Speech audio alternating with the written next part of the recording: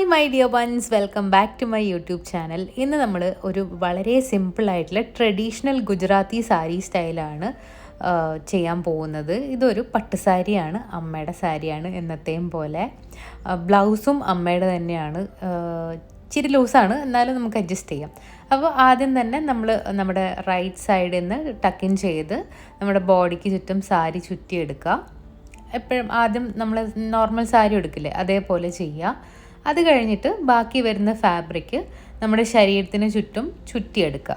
ഈ ഒരു ഡ്രേപ്പിങ്ങിൽ പല്ലു ഫ്രണ്ടിലേക്കാണ് ഇടുന്നത്, സാധാരണ നമ്മൾ പുറകിലേക്കല്ലേ ഇടുന്നത്.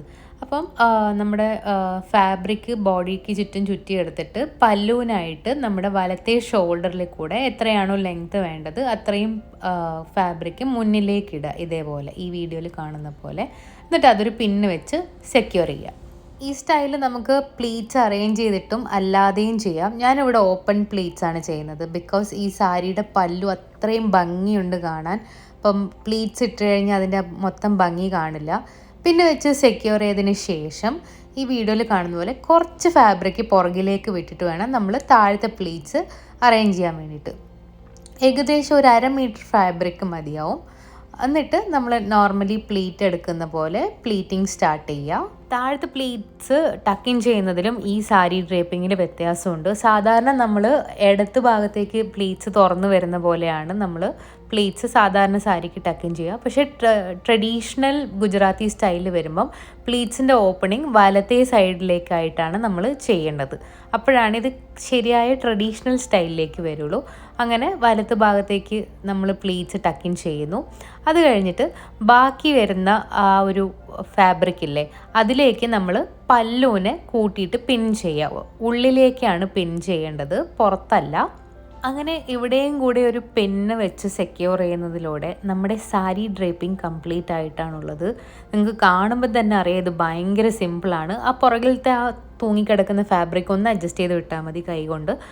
അപ്പം നോക്കൂ എന്ത് ഭംഗിയാണ്. എനിക്ക് തന്നെ കണ്ടിട്ട് ഒരു രാജകുമാരീനെ പോലെ തോന്നി. നല്ല ഭംഗിയുണ്ടായിരുന്നു. സാരിയുടെ കളറും ആ ഡ്രേപ്പിങ്ങും കൂടെ ഒരുമിച്ച് വന്നപ്പോൾ അടിപൊളിയായിരുന്നു കാണാൻ. അപ്പം നിങ്ങൾക്ക് ഇഷ്ടപ്പെട്ടു എന്ന് വിചാരിക്കുന്നു. നമുക്ക് വൈകാതെ തന്നെ ഫുൾ ലുക്ക് കാണാം. നോക്ക് എന്ത് ഭംഗിയാണ് ആ സാരി കാണാൻ. ഞാൻ വീണ്ടും വീണ്ടും പറയുന്നത് എനിക്ക് അത്ര ഇഷ്ടപ്പെട്ടത് കൊണ്ടാണ്. നമുക്ക് കല്യാണത്തിനൊക്കെ ഉടുത്ത് പോകാൻ നല്ല അടിപൊളിയായിട്ടുള്ള ഒരു കളർ ചോയ്സുമാണ്, ഒരു ഡ്രേപ്പിംഗ് ചോയ്സുമാണ്. ഇതാണ് ഫുൾ ലുക്ക് വരുന്നത്. ഞാൻ മുടി അഴിച്ചിട്ട് ഗോൾഡ് ജ്വല്ലറിയാണ് പെയർ ചെയ്തിരിക്കുന്നത്. നല്ല ഭംഗിയുണ്ടായിരുന്നു കാണാൻ. ആ ക്യാമറയുടെ ഇതിനകത്ത് നോക്കുമ്പോൾ ആ സാരിയുടെ ഒറിജിനൽ കളറ് വരുന്നില്ല, അത്രയും ഭംഗിയായിരുന്നു ഈ സാരിയുടെ കളറ് കാണാൻ. അപ്പം നിങ്ങൾക്ക് എല്ലാവർക്കും ഈ വീഡിയോ ഇഷ്ടപ്പെട്ടു എന്ന് ഞാൻ വിചാരിക്കുന്നു. പിന്നെ നിങ്ങളുടെ സപ്പോർട്ട് ഉണ്ടെങ്കിൽ എപ്പോഴും പറയുന്ന പോലെ മുന്നോട്ട് പോകാൻ പറ്റുള്ളൂ. അപ്പോൾ ഫ്രണ്ട്സിനും ഫാമിലിക്കൊക്കെ ഈ വീഡിയോ ഒന്ന് ഷെയർ ചെയ്യുക. നിങ്ങൾ ചാനൽ സബ്സ്ക്രൈബ് ചെയ്യാത്തവരാണെങ്കിൽ ചാനലൊന്ന് സബ്സ്ക്രൈബ് ചെയ്യുക.